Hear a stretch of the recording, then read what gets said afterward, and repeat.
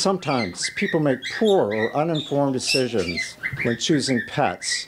And as we all know, that can result in neglect, surrendering to shelters, or simply abandonment. These animals. Fortunately, there are people like Sharon Sandusky and Bob Trout, a married couple who care for animals in crisis. Sharon is a pet sitter and Bob a police officer. They founded IndyClaw to provide shelter for these animals until they're adopted. It is heartwarming to be able to help an animal that, you know, it obviously can't help itself. It has no voice of its own.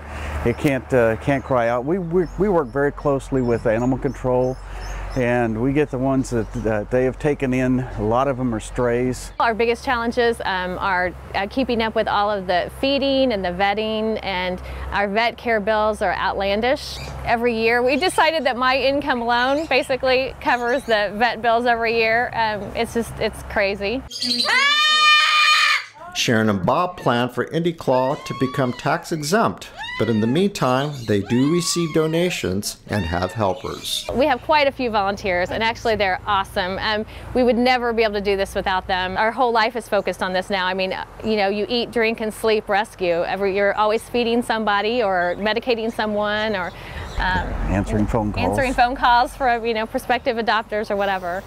Typically, people in rescue, they're kind of, I don't know if introverts, but they're typically not people.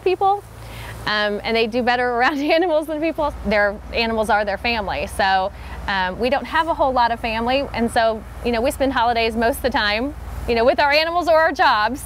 To those interested in animal rescue, Bob says, people can help us and the animals by spreading the word and by you know, encouraging an education base so that people aren't doing things on the spur of the moment. They actually plan ahead, they think things out, so that they get the animals, they can take care of the animals and know what they're getting into. And what is his and Sharon's biggest reward? Whenever you can take an animal that was neglected, abused, or abandoned, and you can find a home for it that's, you know, going to take care of it, and that it's actually part of the family, part of the, you know, the being a pet in a home. To find out more about IndyClaw, visit IndyClaw.org.